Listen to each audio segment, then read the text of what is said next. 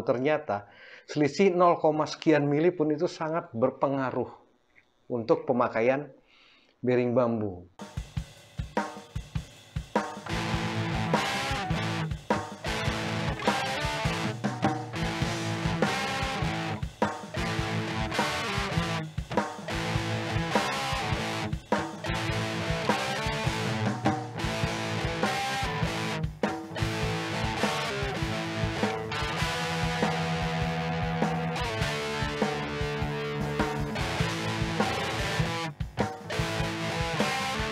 Halo Sobat Goes, jumpa lagi di channel Ngulik Yuk bersama saya Hendra Suhara. Oke, kalau waktu itu saya pernah berbagi tips tentang memasang bearing di rear shock, tapi waktu itu saya pakai truss bearing ya, alias bearing jepit ya, yang posisinya ditaruh di pinggir terjepit. Nah, kali ini saya akan mencoba memakai bearing bambu atau needle bearing ya. Itu ada produk luar negeri yang jual dan harganya lumayan mahal ya. Di apa namanya e-commerce kita juga ada ya, kayak seperti di Bukalapak, Tokopedia ada itu produk itu. RWC itu. Harganya lumayan mahal gitu. Nah, kali ini saya mencoba membuat seperti produk yang dijual itu dengan cost yang lumayan murah ya. Prinsipnya sama sebetulnya, bearing ini hanya untuk memperlancar dan meminimalisir gesekan supaya tidak gampang aus dan tidak gampang bunyi-bunyi dan lebih minim perawatan lah ya daripada bos konvensional ya. Oke, langsung aja nih, saya akan menunjukkan dan berbagi tips cara memasangnya ya. Oke, sini bisa ke sini. Ini kebetulan anak saya yang ngerekam. Ini ya. Oke, ini dia.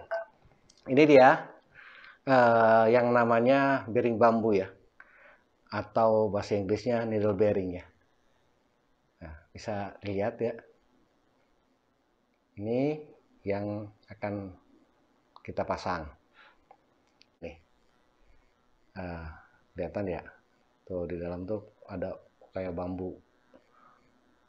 Disebut bearing bambu kalau mungkin batangan-batangan yang lurus di dalam itu mirip bambu. Ini dia tuh. Oke. Kelihatan. Nah. Oke. Nah, ini udah ada signetnya. Oke. Untuk memasang bearing bambunya, pertama saya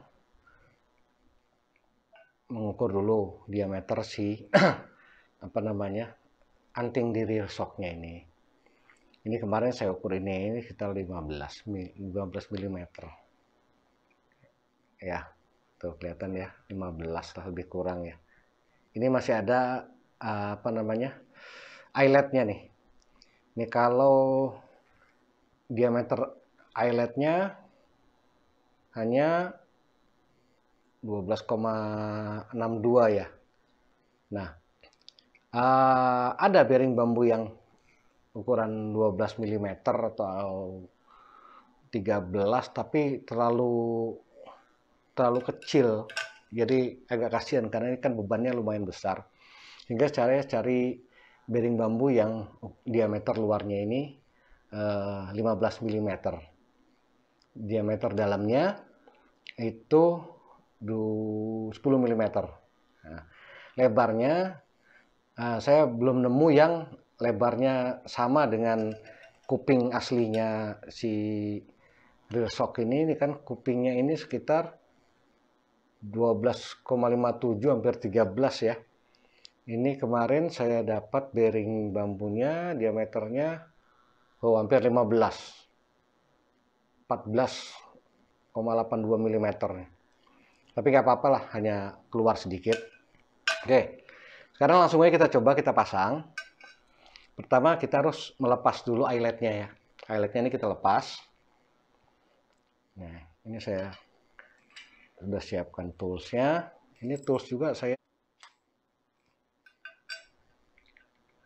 Nah, eyeletnya udah kita copot. Eyelet orisinilnya kalau kita pakai bos biasa. Selanjutnya, ini sudah kosong tanpa ada eyelet. Coba kita ukur diameternya yang benar.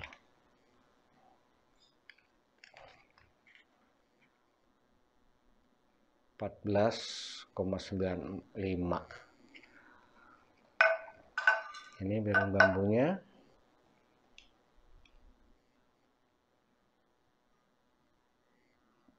$14,98 ya, masuklah. Tapi nggak begitu seret biasanya kalau segini nih. Ini agak sedikit longgar. Harusnya seret banget sih. Tapi lumayan seret nih. Ternyata.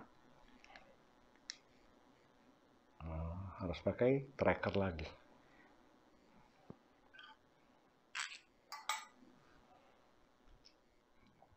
Saya pakai yang panjang ini.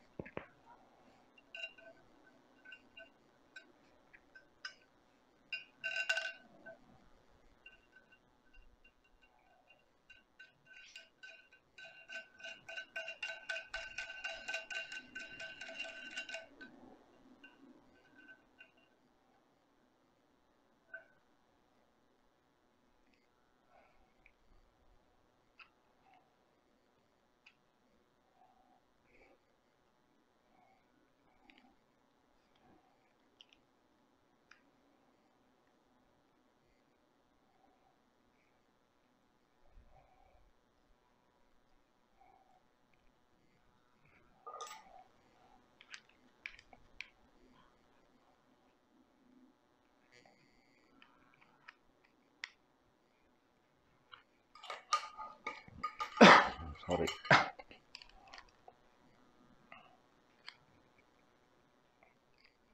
Lurus.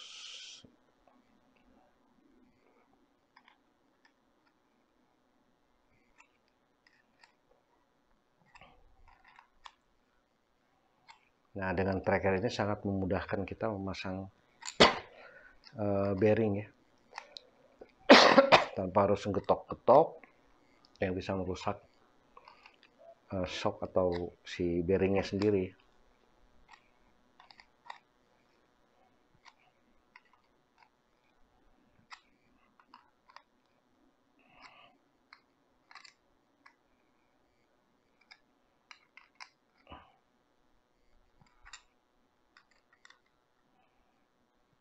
Udah cukup nih.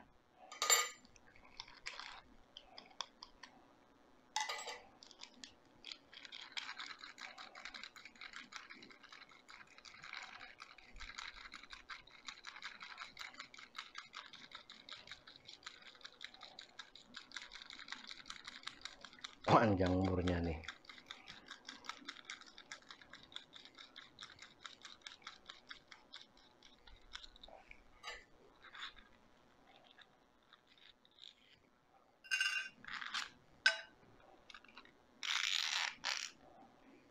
Ah, sudah terpasang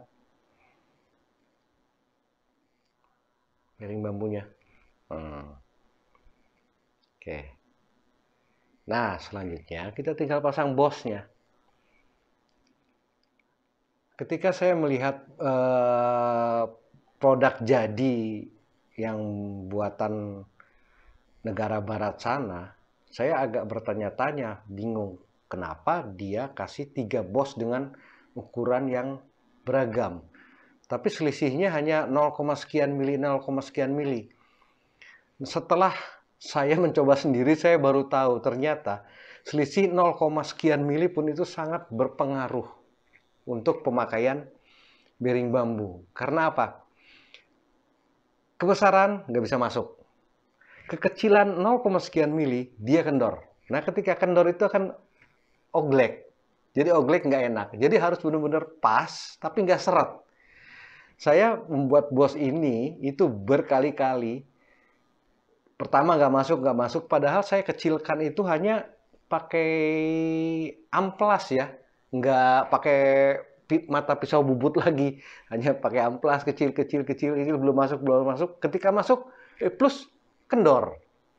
Itu saya ulang sampai 5 kali, baru bisa dapat bener-bener pas, nggak kendor, nggak seret.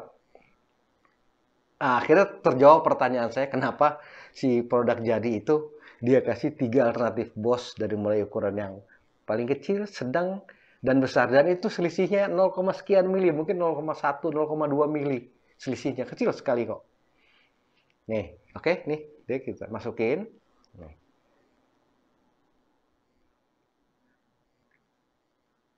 Oke. Ini kendor sedikit aja, dia oglek. Nah, kalau terlalu pas, seret, nggak bisa muter. Nah, ini pas. Tapi pas ini setelah saya buat 5 kali mengulang pakai mesin bubut. Tuh. Muter, tapi tidak goyang sama sekali, tidak oglek. Nah, memang rahasianya di sini, ini agak sulit. Memang tukang bubut juga mungkin akan kesel. Karena beberapa kali saya untung membubut sendiri karena meminjam mesin bubut Mas Klik ya. Jadi saya gagal, saya coba nggak masalah nih, tidak kendor sama sekali dan tidak seret. 0, sekian mili aja sangat sangat berpengaruh. Selanjutnya ini apa namanya? Apa ya? Apa sih bahasa ininya nih? Spacernya dari saya bikin dari nilon, dari plastik. Nah, oke.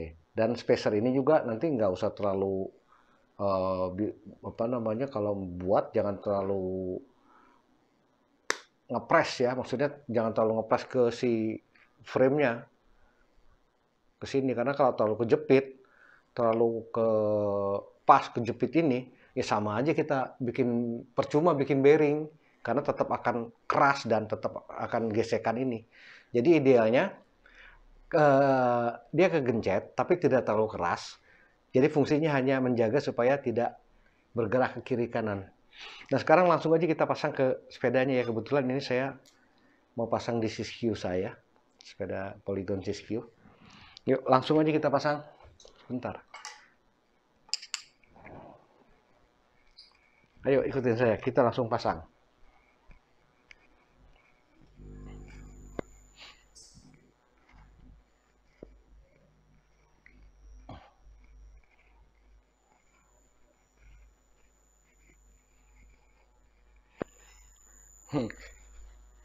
Sorry sobat goes, namanya juga anak bengkel berantakan semua. Yuk, sini. Pelan-pelan, hati-hati jalannya. Nah, nih kita akan pasang di sini. Oke, ini memang kemarin saya buat untuk sepeda ini, jadi lebar si spacernya segini ya.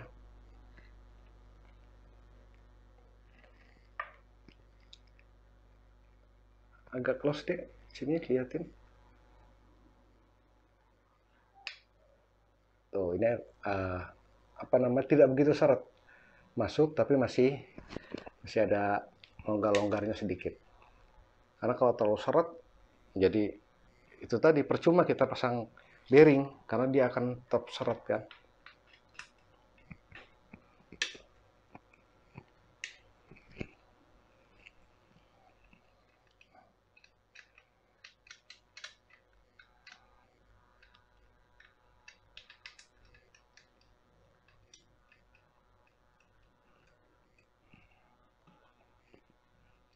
Tinggal kita kencengkan sobat guys.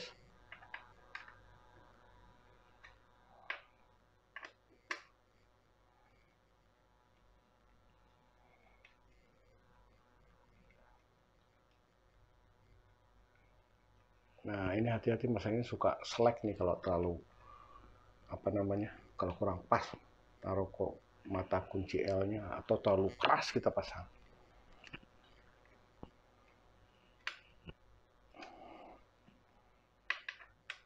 Nah, tinggal dikencangkan.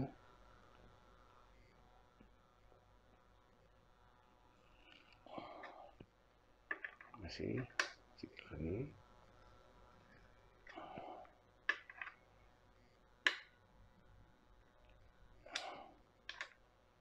Masih sampai ini agak keras karena yang kejepit bosnya tadi ya. Bos yang besinya tadi. Nah, ketika itu kejepit dia akan kencang, tapi si spacernya itu nggak kejepit, kejepit sih kejepit, tapi tidak terlalu kejepit banget lah gitu, karena kalau terlalu kejepit banget jadinya seret. Ya cukup nih, tidak goyang, tapi ini sangat fleksibel, sangat loncer.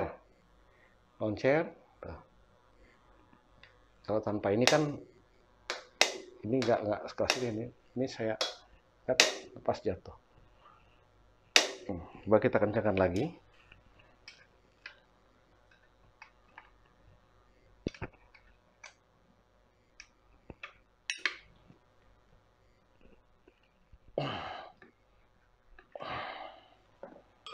Oke. Oh, ini tuh, saya angkat turun karena dia loncer ya, nggak seret sama sekali. Nah, kalau kita pakai bos kan nggak akan kayak gini, harus pakai tangan digeser agak keras karena dia gesekan ya. Kalau ini kan gesekannya sudah diminimalisir dengan bearing tadi ya, lahar bambu tadi.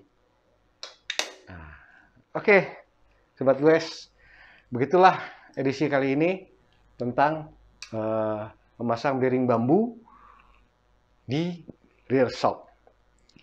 Oke sobat goes, jangan lupa like and subscribe-nya kalau memang suka dengan ngotak-ngatik sepeda, dan tetap ikuti channel YouTube saya gitu. Ngulik yuk bersama Hendra Suhara. Sampai jumpa, salam goes.